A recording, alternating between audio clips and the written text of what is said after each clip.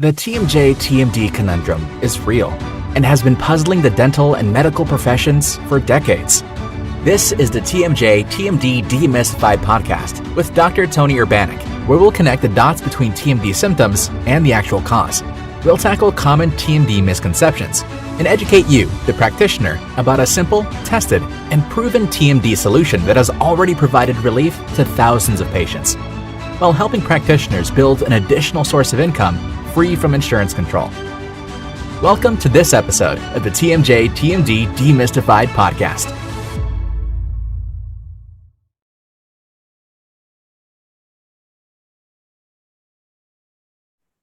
Hi, everyone. I'm Tony Urbanek, and we are gathered here today for the next episode of TMD Demystified.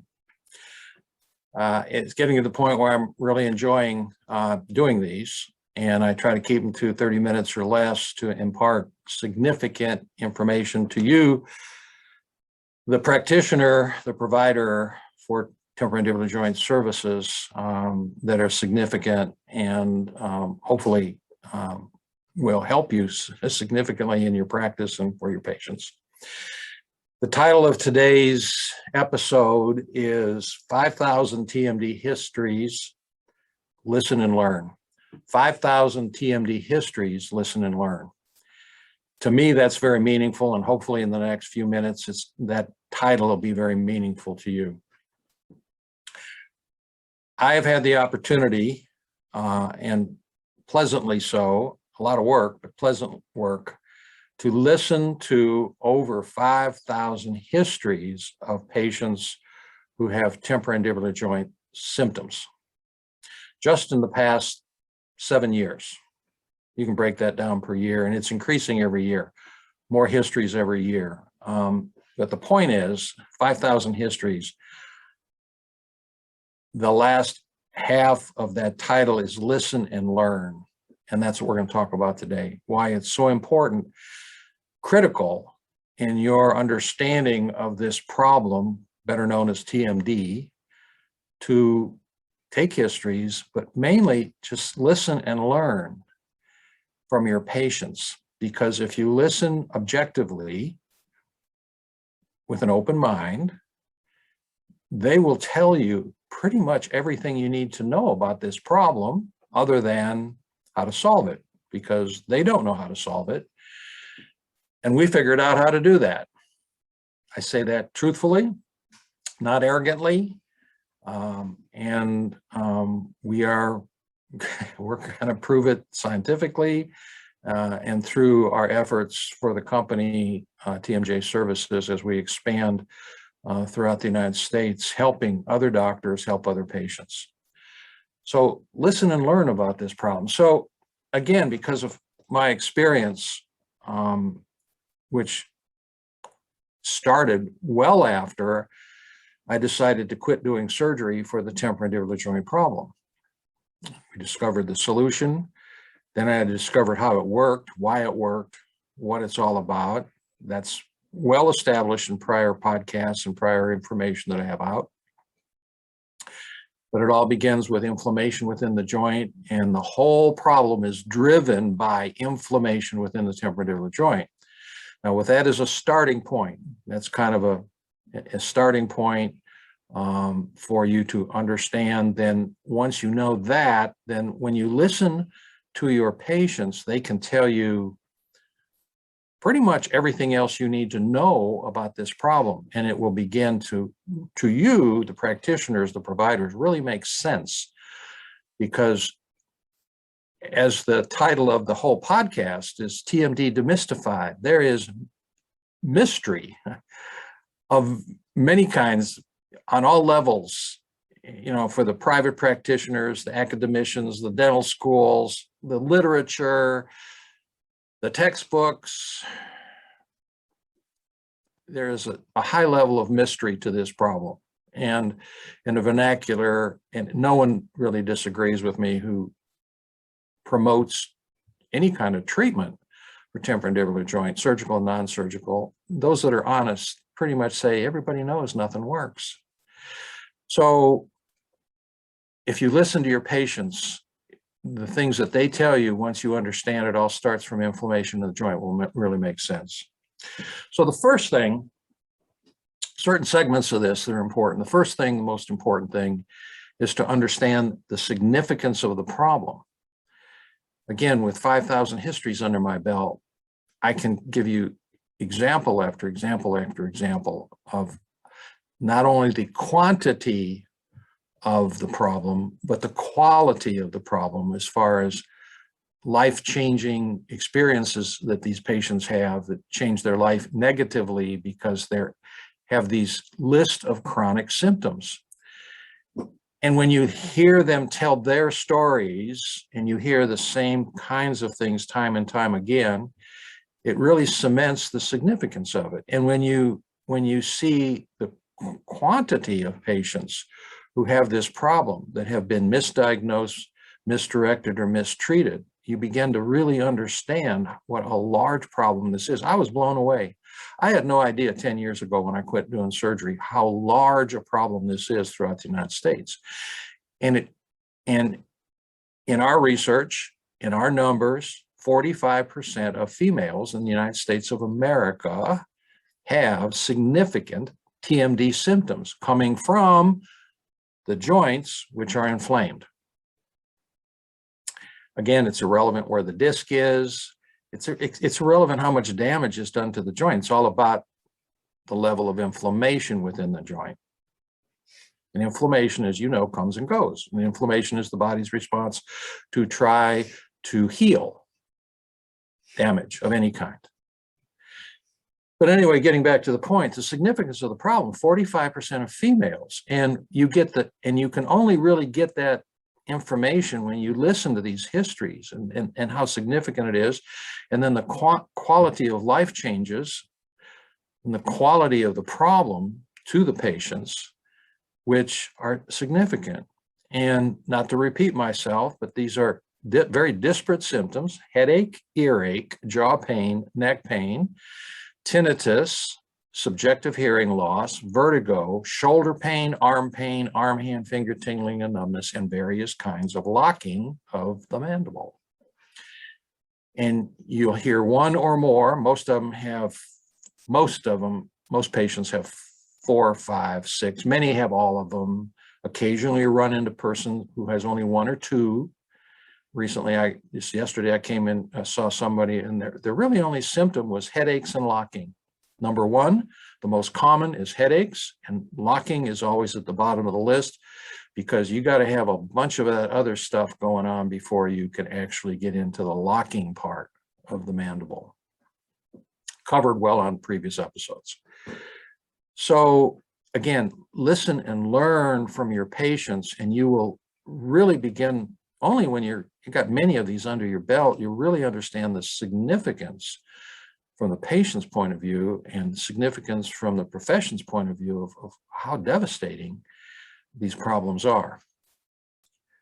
The second point I want to make, and I touched on it, is the amount, and you listen to the histories, and this is really important and earth-shaking and disappointing for me, you know, and I participated in this early in my career, listening to my surgical colleagues and the lectures and the congresses and the textbooks that promote surgery. And I'm not totally against surgery of the temporomandibular joint. Don't ever read me wrong on that.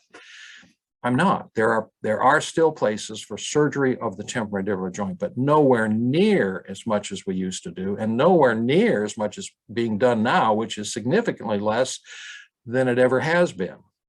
But I'm not against surgery. There are reasons to do surgery on the temporomandibular joint, and I've done all kinds. I've done them all, and some of them were relatively easy.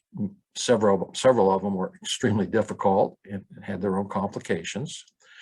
But the point is that there is a tremendous amount of misdiagnosis, misdirection, and mistreatment from all aspects, medical and dental, and certainly in the media of any kind, regarding these symptoms that come from the temporomandibular joint. Remember that the most common symptom is headache. The second most common symptom is neck pain. After that is ear pain. I got an earache is what we hear. And then jaw pain. Those are the top four. That's why they're at the top four of the list. But when you, again, just let the patients talk, tell me your history. What's going on with you? What is it that you need to get fixed? And they will open up and they will tell you their history, and they will tell you how many doctors they've seen and how many times they've been referred here and there and done this and that. I don't need to be specific, but just excessive amounts of money spent on treatment that is ineffective and referred here and there by their PCP, their ENT, their oral surgeon, their general dentist. Everybody has been participating in this, and it's disappointing, and we're out to fix it. But you really don't get the whole picture until you actually sit down and you listen to a couple hundred people who emphasize what it meant to them and their experience trying to get these symptoms or symptom under control. And again, the misdiagnosis, misdirection, and mistreatment is just profound. Most of it unintentional. I think everybody out there, hopefully everybody out there, is really trying the best they know how to do. For various reasons, they emphasize if everything looks like a hammer, if you only hold a hammer, then everything looks like a nail. I mean, it's like, and that isn't a good way to, that isn't good professional conduct. It's just not professional conduct. And I don't want to elaborate on that. If you know how to hold a hammer and you know how to use a hammer, that's great. And you use it when you need a hammer, but don't use it when a hammer's not indicated. Pretty simple. Number three is the description of the symptoms, because again, I won't run through that litany of symptoms, but the patients describe it in their own words. And when you get the patients to open up and start telling you how they in their own words describe these symptoms, you'll have a much deeper understanding. And for example, I think maybe not the best, but absolutely significant example of that is headache. People will describe their head pain in many different ways. And I can tell you that it comes across in multiple different ways. People will think they have a sinus problem because it hurts here. They have, of course, earache because it hurts here. They talk right where the temporalis muscle inserts, but they describe their headaches in many different ways. And I do not know, in fact, I don't claim and don't want to claim that inflammation in the joint causes all headaches. Don't claim that. Don't even think about it. But I do know that patients who frequently are seen in that 5,000 case series, I mean, frequently like a third to a half, have been misdiagnosed with migraines. Either, and I'm misdiagnosed for their own diagnosis, made their diagnosis off the television, ads, or other doctors who have said, we have migraines and we're going to put you on drugs. And actually, it's all coming from the joint. So the description of the patient that the patient gives for their symptoms is very meaningful, because again, as you have 100, 200, 300 of these patients come through, you'll see the similarities between their patients, between their symptoms. A good example that I see as an oral and maxillofacial surgeon, and I don't hear it infrequently, probably 2 or 3 times a month, patients come in and one of, not the only, but their primary complaint is, I have tooth pain, and it can be maxillary. It's almost always posterior teeth. It can be mandibular teeth, but it's always, all the way up to the premolars. But they claim like my teeth hurt, or my tooth hurts, or number 30 hurts, or number 14 hertz, and they go to their dentist, and the dentist looks it over and gets an x-ray, and he goes, I can't find anything wrong with the tooth. There's nothing wrong with the tooth. No, my tooth hurts. And on more than one occasion, many occasions, a patient has talked a dentist into taking out a perfectly normal tooth when it was coming from the pain was originating in the temporal junction, because this pain,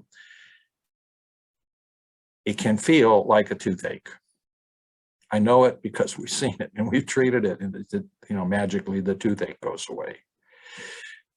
Again, and you can't get a good handle on that until you listen to a lot of histories from the patients and see these repetitious descriptions of these various kinds of pain, then treat it correctly, make the inflammation go away by unloading the joint adequately, which is another, if you have a tool, you got to use it correctly. And that's what unloading the device is all about, unloading the temporal joint. You got to use it correctly. There's a protocol. But if you do that, the description of the patient that they have these symptoms on will really make a lot more sense to you, and demystify all these issues about these disparate symptoms. Number 4 is by listening, and this is I don't know which one of these is more important, because they're all important. Number 4 is it enables you to develop a reality of empathy for these patients. I mentioned before on a couple other episodes here and there, I have been told by multiple colleagues, both medical and dental colleagues, why do you want to be involved with these TMD patients? They're crazy. That has been disabused. That is not true. I mean, just like any patient series, yeah, there are people who show up that have absolutely emotional problems, but most of them, vast majority, like 98%, if they seem emotional, or they seem angry, or they seem disjointed, it's because they're in chronic pain for 10 years and nobody can help them. And they go around from doctor to doctor, and they get very, very, skeptical. They get very hard to deal with. I just like, and it's okay. I don't take it personally, and I hope none of you out there take it personally at all. It's a joy, and what's really a joy is to help them. But you really can't do that until you listen to their histories and you see how significant these are, both in the amount of pain, the amount of discomfort. And I don't know what bothers them the most. It's the pain, or the fact that nobody either cares, or nobody knows what to do about it, or they've already seen 10 doctors and had 3 MRIs looking for brain tumors, and they've been on drugs one way or another for 20 years and self-medicated with Motrin or Tylenol for 10 years, to the point that, they've damaged their kidneys or their liver. You can only appreciate these things when you listen to enough of their histories, and you get this empathy for everybody, not just that patient. When you hear these tragic stories, and some of them are tragic, but you get an empathy for the early patients who's only had it for a year or two, and you know what's going to happen if they don't get treatment, if they don't get fixed. Quote, fixed. What is fixed? Make the inflammation go away consistently with a proper tool. The empathy is important if you're a doctor, and it's hard to, I'm human too, and it's hard to develop empathy when you have a patient who is difficult in various ways to deal with. But when you have enough histories and you see where this problem is going to go, even for the younger patient, you have very much empathy for them. And then when you treat enough patients, you can help them. You're certain you can help them. And that takes the heat off you. It's just more than just empathy. You know that you can take them down the road and help them. So with those 4 points in mind, I won't repeat them. Number 5, what it does, it stimulates your involvement in this problem. And that's what I'm after. I'm already involved, and I would hope, and I would want some of you who view these podcasts to generate the degree, or at least partial degree, of involvement in solving this problem that I have had for the past 10 years. There is a solution, and you have to be stimulated to want to do that solution. And I think that the stimulation comes from those first 4 points, and you can't get the full benefit of the first 4 points until you actually sit and listen and learn from the patients, their story, their symptoms, their description. Takes a little time, but not a whole lot. I mean, I don't let patients go on longer than 5 minutes, 6 minutes. You can. I mean, some patients, you know, they'll want to talk to you for an hour, and we don't have time to do that. I don't have time to do that, but I have learned how to direct the patient so we can focus on what they have to say about their problem, their symptoms, and their experience with other practitioners and other types of treatment that have been very, very uncomfortable or inappropriate or not effective for those patients. They're very frustrated, very, very frustrated people. And then once you stimulate your involvement, then at the end, it will stimulate and develop your own personal satisfaction with doing this and actually solving the problem for the patient, solving a big problem for your practice, because the advantages are significantly not only your personal involvement, but your financial involvement. It's pretty obvious, very successful as a practice, part of the practice. And it cements your personal satisfaction and takes away all the apprehension that you might have about this problem. And you get to the point, doesn't take long, didn't take me long, about to lose any apprehension about treating these patients, any of them. And the personal satisfaction you have is walking in a room and the patient with a big smile on their face and says, "Thank you." Or the husband walking across the room and giving you a handshake and say, "Thank you so much for helping my wife who's had this problem for 20 years now." I've had women I've mentioned before, you know, jump up, "Can I give you a hug?" And the satisfaction is worth much more than the income that can be generated out this. And the income is not small. But the satisfaction to actually solve this problem for your patients and your practice and your community is huge. With that, I'm going to leave it alone. And I hope I made a point today. It's a very social point. It's a very personal point. It's personal with me. And what I tried to do is try to attempt to make this personal with you, the listener, the viewer. So for today, I'd like to say again, thank you for viewing my podcast, TMD Demystified.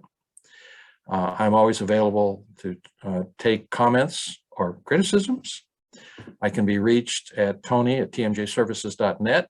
Our Director of Marketing and Education, Naomi Engelman, can be reached at Naomi@tmjservices.net. I look forward to communicating with you. I encourage you to communicate with me if you have any questions, like to talk more about it. And I look forward to the next time that we can talk about TMD Demystified.